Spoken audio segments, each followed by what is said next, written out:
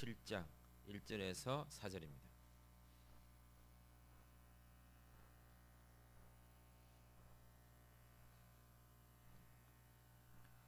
말씀을 같이 읽도록 하겠습니다. 예수께서 제자들에게 이르시되 실족하게 하는 것이 없을 수는 없으나 그렇게 하게 하는 자에게는 화로다. 그가 이 작은 자 중에 하나를 실족하게 할진대 차라리 연자 맷돌이 거목에 매여 바다에 던져지는 것이 나으리라. 너희는 스스로 조심하라. 만일 네 형제가 죄를 범하거든 경고하고 회개하거든 용서하라. 만일 하루에 7번이라도 네게 죄를 짓고 7번 네게 돌아와 내가 회개하노라 하거든 너는 용서하라 하시더라. 아멘. 실족하게 하는 일과 용서와의 관계에 대해서 오늘 말씀은 우리에게 말하고 있습니다.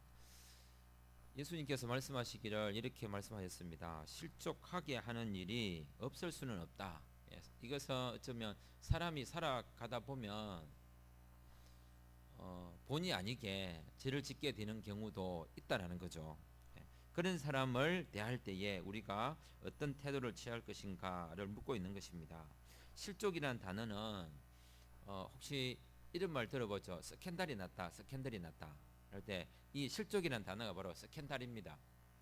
이 무슨 말이냐면 발을 잘못 디뎌서 넘어지는 거나 또는 죄를 짓거나 죄를 짓게 하는 것, 그게 바로 죄를 짓는 것도 실족이고 죄를 짓게 하는 것도 실족이라고 합니다. 사람들이 실족하게 하는 일도 있고 실족하게 하는 사람도 있고 실족 당하도록 노출시키는 사람도 있고 실족시키는 사회도 있고 실족하도록 방치하는 사회도 있고 실족하게 하는 일이 일상으로 그냥 널려있는 사회도 있고 실족하는 이에 대하여 냉담한 사회도 많습니다. 이런 여러 가지 일들이 우리 주위에 널려있는 것이 바로 실족과 관계된 우리 삶의 어려움이 아닌가라는 생각을 해봅니다. 실족하게 하는 일 중에서 참으로 가혹한 것은 무엇이냐면 성경은 이렇게 이야기합니다. 2절 이 작은 자 중에 하나라고 이야기합니다. 작은 자, 이 작은 자가 누굴까요? 실족당한 사람이겠죠. 실족당한 사람 또는 실족시키는 사람일 수도 있습니다. 또 크게 보면 이 작은 자는 어떻게 보면 내 눈에 좀 가소롭게 보이는 사람. 내가 이 정도는 누를 수 있겠다. 한마디 해줄 수 있겠다라고 하는 그런 사람, 죄를 범한 사람이거나 또는 오늘 직접적으로 이렇게 이야기합니다. 회개하지 않는 사람 또는 경고를 듣지 않는 사람 또는 용서를 받지 않거나 용서를 구하지 않는 사람들이 다 작은 자에 속합니다. 이 작은 자이기 때문에 쉽게 행동할 수 있고요, 쉽게 대할 수 있는 것 같아요. 참 속상하지 않습니까? 그냥 작다라는 것이 어떤 의미를 가지고 있겠지만 그냥 단어 자체만 두고 봐도 작은 것도 속상한데 작은데 왜 무시를 당해야 되죠? 그래요? 작다는 게 무시를 당해도 된다라고 하는 그 자격을 가지고 있는 게 아니거든요. 그런데 어떻게 우리 눈에 보기에 작아 보이거나 좀 내 눈에 거슬려 보이거나 내가 평가하기에 별것 아닌 것처럼 보이는 것에 대하여 어쩌면 우리는 너무 쉽게 하는 것이라고 이야기합니다. 그래서 예수님은 이렇게 하는 사람에 대하여 어떤 일이 있다고 했냐면 이렇게 이야기했습니다. 이런 사람에게는 화가 있을 거다. 화가. 여기서 말하는 화는 1절에서 이야기했죠. 실족하게 하는 일이 없을 수는 없으나 그렇게 하는 사람에게는 화로다. 화로라는 것이 자칫 잘못하면요 진노가 있다, 벌받을 거다 이 말이 아니고요, 이 말도 포함합니다. 포함하지만 더 정확한 말은 뭐냐면 이렇게 하는 일을 내가 보니까 너무 슬프다, 애통하다, 비참하다. 어떻게 실족하게 하는 일이 없을 수는 없지만 그렇다고 그걸 당연한 듯이 행하거나 그렇게 행하는 일은 정말로 슬픈 일이고 아픈 일이고 너무너무 괴로운 일이다. 예수님께서는 이런 일들에 대해서 우리에게 이렇게 말씀하셨습니다. 다른 사람이 넘어지도록 올무를 놓는 사람, 다른 사람이 넘어지도록 함정을 파는 사람, 본인은 건너뛸 수 있다고 하여 자신은 쉽게 하는 일이라고 해서 다른 사람이 하지 못하는 일에 대하여 함부로 말하는 것, 이 모든 것들이 어쩌면 실족하게 하는 일이 아닐까라는 생각을 해봅니다. 이럴 때에 우리는 이런 생각을 하게 됩니다. 나만 잘하면 된다. 우리 자신만 잘해서 되는 게 아니라 실족 당하도록 되어 있는 환경을 고치는 일이 우리에게 필요하고요.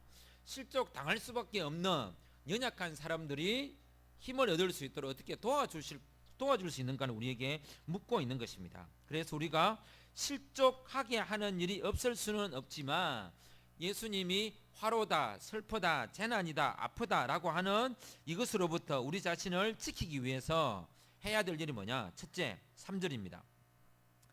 3절에 첫 번째 이렇게 이야기합니다. 스스로 조심해라. 너도 그럴 수 있기 때문에 먼저 내 자신을 살피고, 너도 약한 사람이다.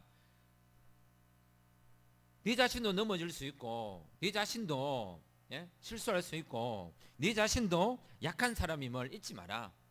네가 보기에 다른 사람이 약해 보인다고 하여서 너는 강한 것처럼 보이느냐? 아니야. 너도 약한 사람이야. 그걸 잊지 말라고 하는 거죠. 자, 두 번째는 실족하게 하는 일이 없을 수는 없지만 이렇게 되지 않기 위해서 두 번째 해야 될 일이 뭐냐? 두 번째 3절에 이렇게 이야기합니다. 실족하게 하는 사람이나 실족당하는 일에 대해서 예수님은 이렇게 이야기합니다. 만일 네 형제가 죄를 범하거든 뭐라 하겠습니까? 경고하라. 이게 참 어려운 일이죠. 자기 자신을 살피는 일은, 스스로 조심하는 일은 어쩌면 쉬운 일인지 모릅니다. 그런데 형제 중에 누군가가 죄를 범하면 경고하는 일은 어려운 일입니다. 만약에 우리 중에라도 누가 입에 대기는 뭐 하고 말 안 하자니 괴롭고 하자니 뭐 니는 잘났나 소리 들을 것 같고 이런 데 대해서 또 뭐 우리는 가족이기도 하고 우리는 교회를 하지만 남의 집 살림에 정말 저건 아닌 것 같은데 입을 한번 대주고 싶은데 못 하겠단 말이에요. 그거 할 수 있냐고 묻고 있는 겁니다. 어쩌면 내 형제가 죄를 범하거든 뭐 하라고 했습니까? 경고하라고 했습니다. 법을 어기면 경고해야 됩니다. 잘못하는 일에 대해서 그거는 다 하나님이 갚아주실 거야, 때가 되면 벌 받을 거야 라가 아니라 예수님 뭐라고 했냐면 만일 내 형제가 죄를 범하거든 뭐 하라고요? 경고하라고 이야기했습니다. 그건 아니야, 그렇게 사는 것은 옳지 않아, 왜 그렇게 하니? 경고하라고. 이게 어려운 일이죠. 그 다음에 세 번째, 실족하게 하는 일이 없을 수는 없지만 우리가 그런 상황에 빠지지 않기 위해서 해야 될 일은 뭐냐? 3절 마지막 절에 이렇게 합니다. 뭐라고요? 회개하거든 용서하라. 조건이 회개 안 하면 용서 안 하는 거죠. 그런데 이 용서는 얼마만큼 해야 되냐? 4절 하루에 7번이라도 내게 죄를 짓고 7번 돌아와 회개하거든 뭐하라고요? 용서해라. 결국 우리에게 실족하게 하는 일이 없을 수는 없지만 그런 일이 발생하면 우리에게 뭐하라고 이야기합니까? 용서하라. 그런데 용서하기 전에 뭐하라고요? 죄를 지적하라는 거죠. 지적하고 제가 잘못했습니다 라고 하면 용서하라고 이야기해요. 용서하라고. 실족하는 사람을 회복시키는 방법은 두 가지가 있습니다. 지적하는 것과 용서하는 것입니다. 지적하는 일도 어려운 일이고 용서하는 일도 어려운 일입니다. 한 번, 두 번은 용서할 수 있습니다. 자식이라도 한 번, 두 번은 가능합니다. 똑같은 일을 자꾸 하면 용서가 내가 용서하는 게 저 사람을 잘해주는 건지 진짜 자꾸 용서하는 게 저 사람을 살리는 건지 이게 감이 안 오고 뭐가 잘하는지 모를 때가 있습니다. 용서하도 또 하고 또 하고 또 이러니까 실제로 7번이라는 말이 숫자적으로 한 번, 두 번, 세 번, 네 번, 다섯, 여섯, 7번을 말하는지 회개하면 계속 용서해주라는 말인지 정확하게는 무슨 뜻인지 모르겠어요. 하지만 7번이라도 숫자적인 7번이라도 해봤으면 좋겠습니다. 근데 7번이라도 용서하기 전에요 죄를 짓는 사람이 7번까지 와서 용서 구하지는 않습니다. 그게 훨씬 더 함정이죠. 예. 우리가 용서할 마음을 7번이라도 내가 용서하지 마음을 품고 있어도요, 죄를 지은 사람이 7번까지 와서 머리를 좋아하지는 않습니다. 예. 죄도 자꾸 지다 보면요, 이게 무궁하게 져가지고 내가 뭘로 용서 구해요? 내가 뭐 하나? 처음에 죄 지으면 잘못했습니다 하고, 또 두 번째 세 번, 네 번째 넘어가면요, 나만 하는 게 아닌데 뭘로 내가 용서를 구하지? 쪽팔리게. 7번까지 와서 머리를 좋아하는 사람이 그렇게 많지 않다는 사실. 그래서 7번까지 용서할 기회가 없습니다. 내가 7번까지는 내가 용서해 줄 게 아니라 첫 번째 용서하시고 두 번째도 용서하시고. 왜 이런 말을 할까? 예수님께서 이거는 형제이기 때문입니다. 형제이기 때문에 사람을 살리는 것이 중요하지, 그 사람을 지적하고, 그죠? 그 사람에 대하여 내가 할 말을 다 하는 그게 중요한 것이 아니라 사람을 살리는 것이 중요하다고 예수님은 우리에게 말씀하고 있는 것입니다. 어쩔 수 없다 해도 안 된다 그 말이 아니라 정말로 그냥 두지 말라고 예수님 이야기하고 있습니다. 실족하게 하는 일이 없을 수는 없다. 그렇다고 하여 그것을 당연하게 여기서는 안 된다. 그러니까 네 자신이 스스로 조심해라. 그리고 두 번째 경고하라. 세 번째 용서하라고 이야기하고 있습니다. 그런데 실족하게 하는 일도 죄고요, 그 다음에 죄를 범한 것도 죄고요, 회개할 거리가 생긴 것도 죄죠. 근데 이 죄에 대하여 단호함도 중요하지만 너희들이 단호해야 될 이유가 뭐냐? 그것은 용서하기 위해서다. 그러면 왜 단호해야 되고 용서해야 되느냐? 그것은 바로 사람을 살리기 위해서다. 우리가 어떻게 집에 자녀들 혹시 때려보신 적 있습니까? 권사님들 다 때려보셨습니까? 많이 때려봤습니까? 뭐 피가 나도 때렸습니까? 화가 나도록 때렸습니까? 사랑으로 다 때리셨죠? 설마 짜증이 나셔서 때리신 적 있죠? 예. 맞을 짓 나는 안 때리고 싶은데 그죠? 맞을 짓을 하니까 그죠? 이게 왜 때립니까? 이게 살리려고 하는 거죠. 그죠? 처음에 목적은 네가 잘못했으니까 잘못한 것에 대하여 매를 맞고, 그 다음 이 매를 때리는 거는 네가 다시는 이런 짓을 하지 말고 사람답게 살아라. 그래서 때리는 거죠. 예. 왜 예수님이 십자가를 지셨습니까? 우리 죽이려고요? 그렇죠. 자, 봐라. 제가 얼마나 무서운지 내가 죽을 거다. 맛 좀 봐라 이놈의 새끼들. 이래갖고 예수님이 십자가에 달리신 게 아닙니다. 그분이 그렇게 매를 맞으시고, 그렇게 자존심이 상하시고, 그렇게 고통을 당하시고, 그렇게 십자가에 달리신 이유는 단 하나, 살리기 위해서입니다. 살리기 위해서. 진짜 사람을 살리려면 먼저 자신을 돌아봐야 됩니다. 진짜 사람을 살리려면 경고해야 됩니다. 진짜 사람을 살리려면 용서해야 됩니다. 근데 용서가 덮어두고 용서는 해서는 안 된다고 합니다. 요즘 주위에 그런 말 하죠. 야, 덮고 넘어가자. 다 덮자. 덮어. 앞으로 가야 되고 달려가야 되고 가야 되는데 뭘 자꾸 들수냐? 아닙니다. 예수님이 얘기했습니다. 회개하거든 용서하고, 죄를 범하거든 경고하고, 너도 빠질까 조심하라고 했습니다. 사람은 실수할 수 있다. 그리고 함정에 넘어뜨릴 수 있다. 그럴 때에 반드시 지적하고 회개하게 만들고, 그리고 용서해라. 덮는 게 아니거든요. 예수님이 이 땅에 오셔서 하신 일이 있습니다. 빛이 세상에 와서 하는 일이 뭘까요? 어둠을 쫓아내는 일입니다. 어둠을 물러가게 하는 일입니다. 빛이 어둠을 향하여 비출 때에 너는 어둠이야 라고 하면 그 어둠이 물러간단 말이에요. 예수님께서 우리에게 하시는 이 말씀은 용서가 우리 삶 가운데 살아있어야 된다. 왜? 너희들도 용서받은 자들이기 때문에. 너희들도 예수님에게, 하나님에게 끝없는 용서를 얻고 있지 않느냐.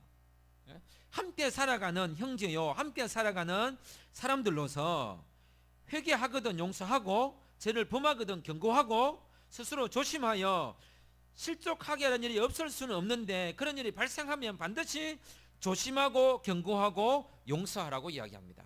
그러나 반드시 경고해야 되고 지적해야 된다. 그리고 용서한다는 건 뭡니까? 그게 바로 아픔에 동참하는 거죠. 왜 예수님께서 실족하게 하는 일이 없을 수는 없으나 그렇게 하는 자에게는 슬픈 일이다, 너무 애통스러운 일이 됐을까요? 사람이 사람을 너무 때리는 거 참 이게 너무 웃기는 일이잖아요. 사람은 서로 돕고 이해하고 함께 가야죠. 근데 누군가를 너무 때리기 위해서 함정을 파고 소문을 내고 이렇게 하는 것은 사람이 할 수 있는 일이 아니라고 예수님은 우리에게 이야기하고 있는 것입니다.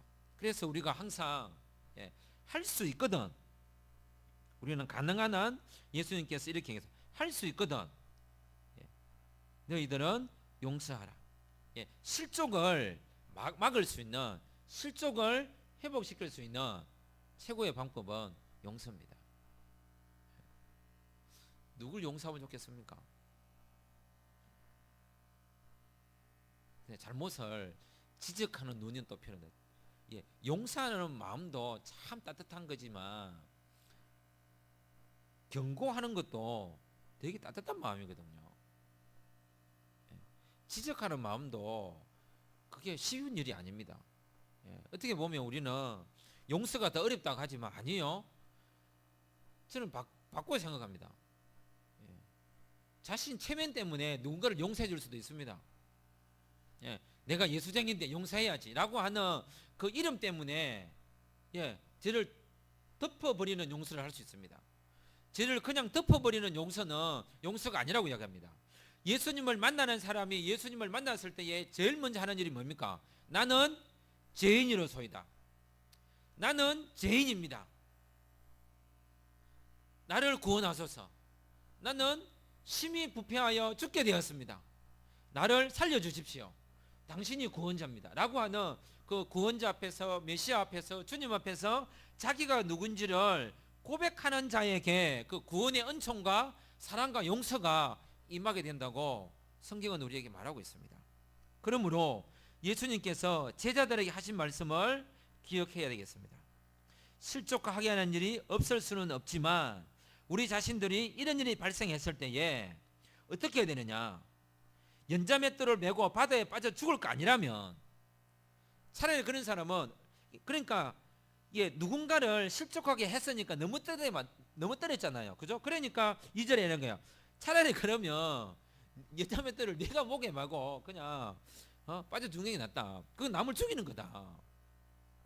남을 죽이면 너는 살 것 같냐?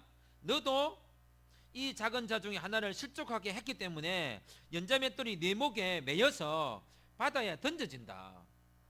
다른 사람이 넘어진 게 너에게는 기쁨이 되고 승리가 될 줄 아냐? 아니다. 함께 성장하는 거고 함께 가는 거다. 함께 성장하기 위해서 뭐 하는 겁니까? 나도 돌아보고 함께 살기 위해서 죄도 지적하고 함께 살아가야 되니까 용서하는 겁니다. 함께 살아갈 사람이 아니라면 죄를 지적할 필요가 없죠. 너는 네 인생이고 나는 내 인생인데 내가 왜 지적해요 괜히? 어느 누가 부부간에도 에이 당신이 뭐야 밥이 맛이 없노, 반찬이 짜다, 그래도 싸우는데요. 그거 뭐라고? 같이 살아갈 사람이니까, 같이 있어야 되는 사람이니까 하기 싫은 소리도 해야 될 때가 있습니다. 같이 사는 사람이 아니라면, 굳이 다시 볼 사람이 아니고 정말로 보기도 싫은 사람이라면 부부 싸움 했을 때에, 친구 싸움 했을 때에 싸우고 나면 뭐 합니까? 서로 말을 안 합니다. 맨날 며칠이고 말을 안 합니다. 탁 털어졌습니다. 대꾸도 안 하죠. 그래서 어떤 부부는요, 요즘 폰이 개발돼 가지고 부부간에 대화를 폰으로 한대요. 폰을 딱 꺼내 가지고 여보 밥 줘. 딱 해갖고 네가 먹든지 말든지. 왜 내가 밥 해주는데 너는 손모가지가 없나? 뭐 이러면서 이렇게 글을 보낸대요. 이게 뭡니까 이게? 너무 웃기지 않습니까?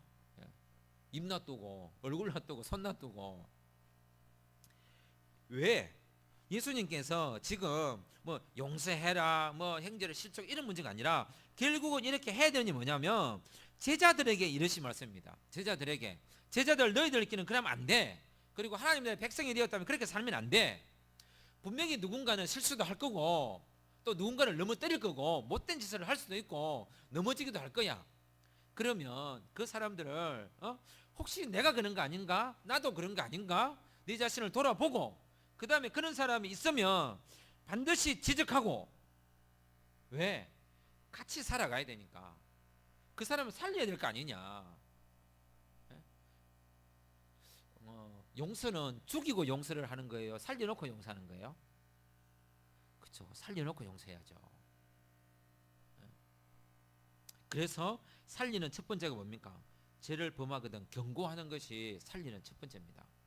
용서가 사람을 먼저 살리는 게 아니고요. 내가 용서하기 위해서 죄를 지적하는 겁니다. 지적했기 때문에 또 그 책임이 있는 거죠. 지적을 한 사람은 자기가 이 사람보다 낫기 때문에 용서해야 되는 겁니다. 용서를 해야 될 의무와 책임이 있습니다. 지적을 했기 때문에 내가 그 죄를 감당하겠다는 거죠.